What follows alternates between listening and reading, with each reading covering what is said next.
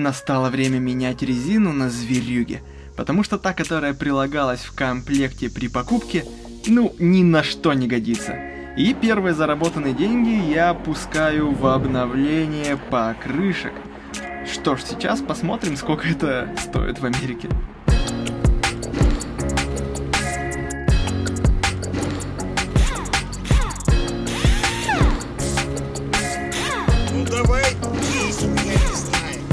Опять пришлось немножко воспользоваться, к сожалению, Google переводчиком, потому что что-то мне начали говорить про то, что колеса, которые я выбрал, зарезервированы непонятно кем, если не мной, хотя я же их резервировал.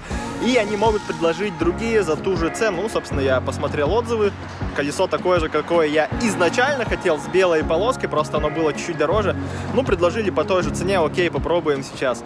Забавно, что машину ты не загоняешь в боксы, машину забирают у тебя. Попросили ключи и оставить машину, все окей.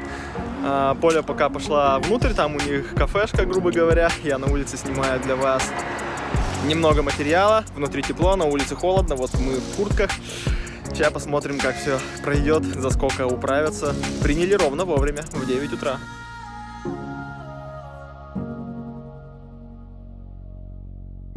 Итак, общий счет, конечно, если в рубли переводить, вышел космический. $557.56.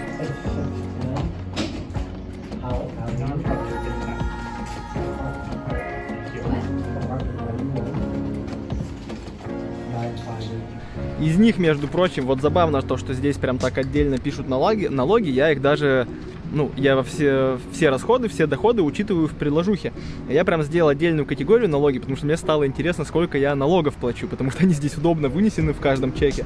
Типа, знаете, нет такого, что включая НДС. Нет, отдельно цена, ну вот у меня, да, отдельно цена 447, 67 за дополнительные услуги, ну 68 и такс. $34.72 и отдельный такс на колеса $7. Вот, я, короче, сейчас все эти налоги включу в свою программку. Соответственно, у нас, короче, получается налогов на $41. Вот такие вот пироги, друзья. И знаете, что интересно? То, что здесь на колеса в хороших компаниях идет бесплатное... Ну, как бесплатно? Формально за это все заплачено, потому что, смотрите, короче, ладно, они это позиционируют как бесплатная ротация шин раз в несколько тысяч миль, чтобы ты менял все колеса местами для более долгого срока службы, бесплатная ребалансировка и бесплатный ремонт на протяжении всего срока службы колес. У всех он разный, у моих, у этих 50 тысяч вроде как миль. Кстати, здесь не написано, насколько будет распространяться гарантия. Ну, короче, вроде как 50 тысяч миль. Так что в течение всего этого срока службы они вроде как должны починить бесплатно, поддающийся ремонту, не знаю, поддающаяся ремонту. Кстати, не указано, на какие штуки будет распространяться ремонт, что типа есть поддающиеся ремонту, а что не поддающиеся ремонту. Надеюсь, я этого и не узнаю. Надеюсь, с колесами все будет четко. Надеюсь, я нигде их не травмирую и не буду проверять, как работает и распространяется гарантия на это в Америке, потому что с моими знаниями английского языка разбираться с этим отнюдь не хочется. Но, в общем, в любом случае, это прикольная штука. Но я к чему?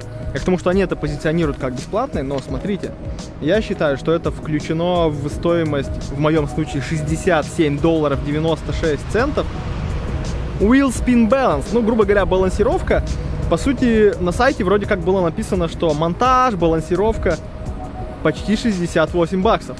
Я думаю, в эту стоимость, ну и в стоимость самих шин это включено, потому что бесплатно не бывает. Кто-то за это платит, за чей-то счет банкет. Ну, короче, классно. Вроде как все прикольно, интересно. Осталось только где-нибудь найти колпак на колесо. Одного единственного нет. Естественно, хочется оригинальный, с бараном, доджевский. На маркетплейсе в Фейсбуке не нашел. Возможно, придется поездить по разборкам. Хочется, чтобы все было хорошечно. Благодарю за просмотр, друзья.